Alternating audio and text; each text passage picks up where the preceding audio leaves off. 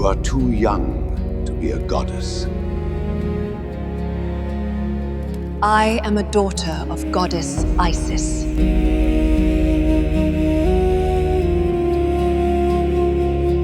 Cleopatra. Caesar.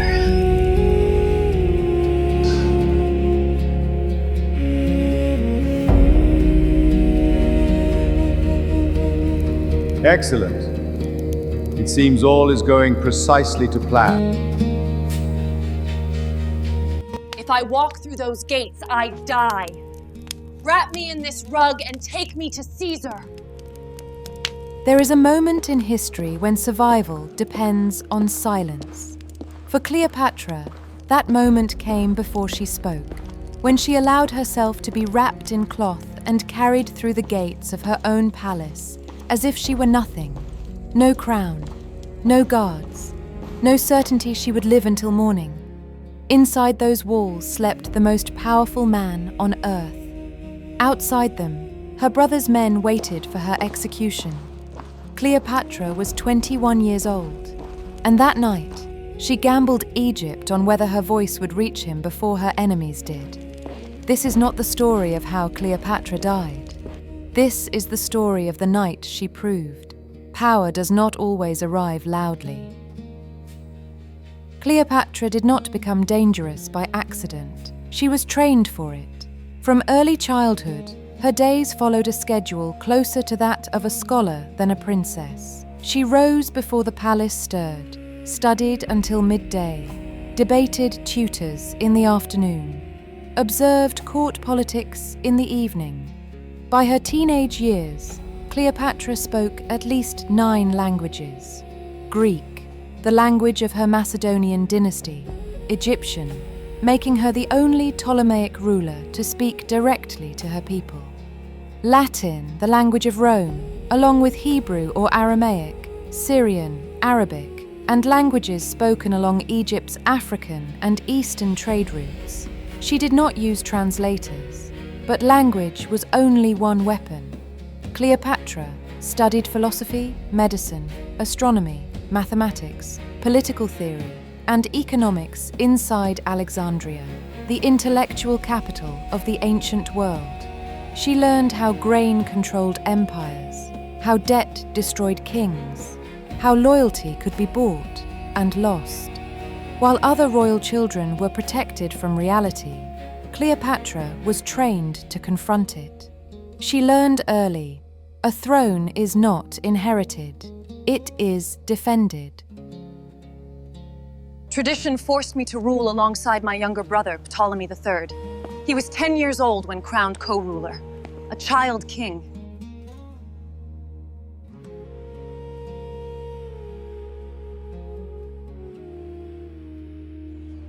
At first, I played the role expected of me. Then I ruled openly. She negotiated treaties herself, issued decrees, corrected officials. That was the moment the palace turned against me. One morning, I woke to find my name removed from documents. My image erased from coin. Her authority dissolved.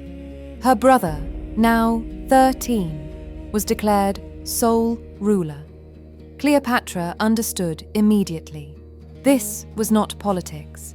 It was a delayed execution. She fled Alexandria in silence, and everything she had learned, every language, every law, every strategy, would mean nothing unless she found a way back. While Cleopatra lived in exile, Rome arrived.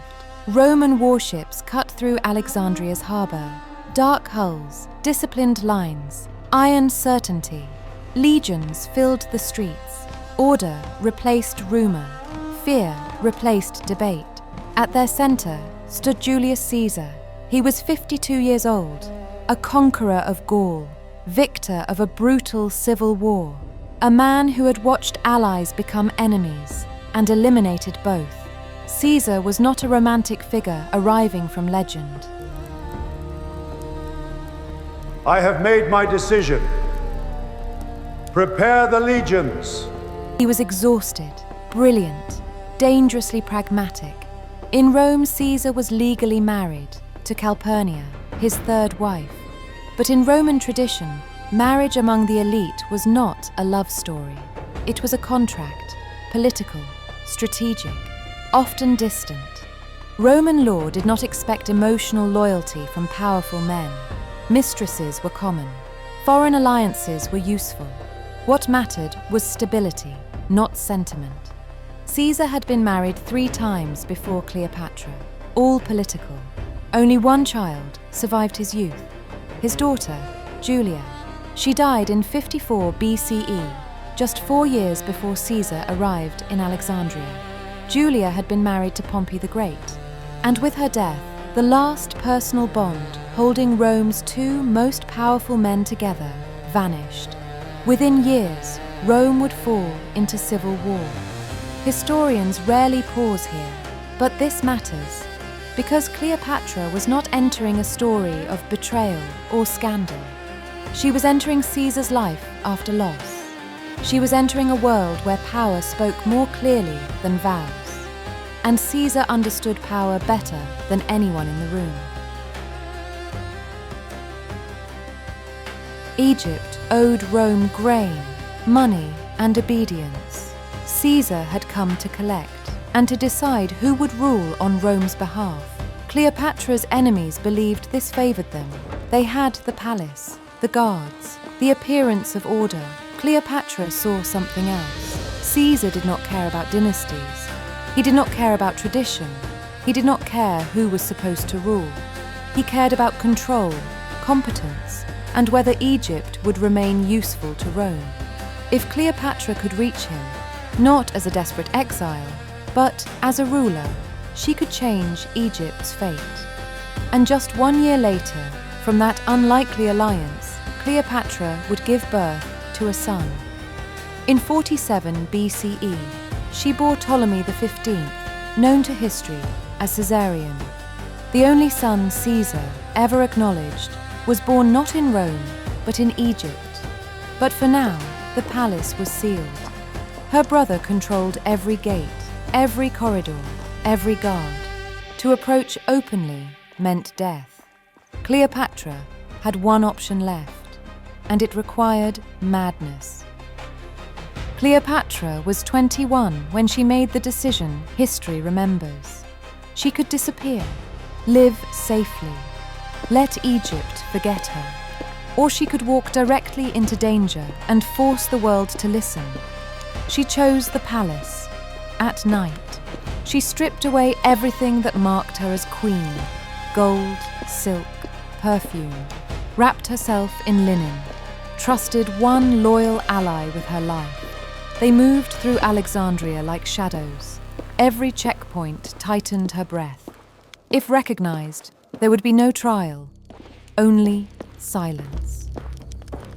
At the palace gates, Cleopatra did not hesitate. She allowed herself to be hidden, folded into cloth, carried like cargo. The Queen of Egypt, reduced to breath and courage. Caesar's chambers were quiet, not peaceful, controlled. Maps lined the walls, decisions already made. Weapons rested within reach, not as threat, but as habit. Nothing in this room was accidental. And then, routine broke. Not with noise, not with force, with presence. She did not rush to explain herself. She did not plead.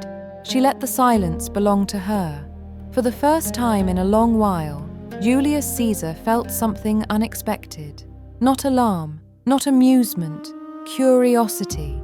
Then something quieter, respect. This was not fear, this was composure. He studied her face, not for beauty, but for intention. Cleopatra met his gaze and held it, and in that moment, the balance shifted. When she spoke, her voice fit the room. She spoke of Egypt, its people, its grain, its fragile stability, of corruption behind her brother's throne, of how Egypt could strengthen Rome, not drain it. No accusations, no desperation, only reason, clear, measured, as if she were revealing a truth he had nearly overlooked. They spoke deep into the night, not as lovers, as equals. Cleopatra challenged him.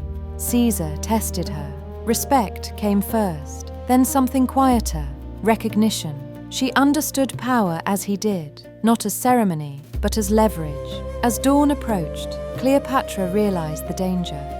She was no longer afraid, and once fear was gone, there was no turning back. By morning, rumors ignited the city. Cleopatra was inside the palace. Caesar had chosen her. Her enemies panicked. Riots threatened Alexandria. Cleopatra did not hide. She stood beside Caesar, visible, a declaration without words. She was no longer expendable. She was essential. And slowly, undeniably, trust turned into something deeper.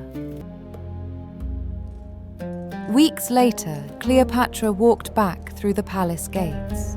Openly, gold restored, authority reclaimed. No battle fought, no blood spilled. She reclaimed Egypt with intelligence, courage, and one impossible night.